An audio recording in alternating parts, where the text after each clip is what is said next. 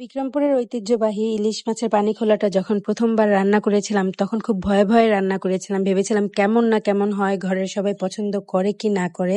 কিন্তু বিশ্বাস করেন, এটা খেতে যে কি পরিমাণ মজা হয়েছিল!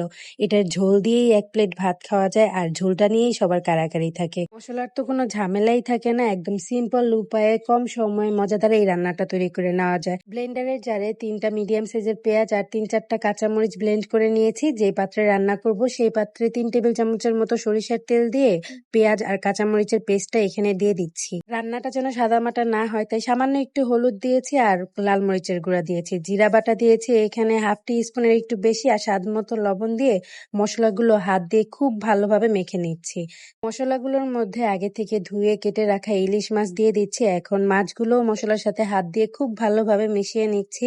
মশলাগুলো মাখানো হয়ে গেলে ঝোলের জন্য পানি দিয়ে দিব, আর ঝোলটা এমনভাবে রাখবো যাতে মাছ আর ঝোল সমান সমান থাকে।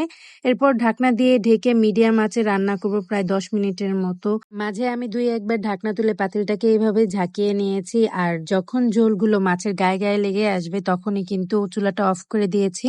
আর ঝোলটা আপনারা আপনাদের পছন্দ মতো রাখবেন, তবে এই তরকারিতে ঝোলটার পরিমাণ একটু বেশিই থাকে। সরিষার তেলের ঝাঁঝ আর ইলিশ মাছের ঘ্রাণে পুরো ঘর ভরে যাচ্ছিল, আর এটা খেতে আসলেই অনেক মজা হয়েছিল। আপনারা যারা কখনো ট্রাই করেননি তারা ট্রাই করে দেখতে পারেন, ইনশাল্লাহ আপনাদের ভালো লাগবে।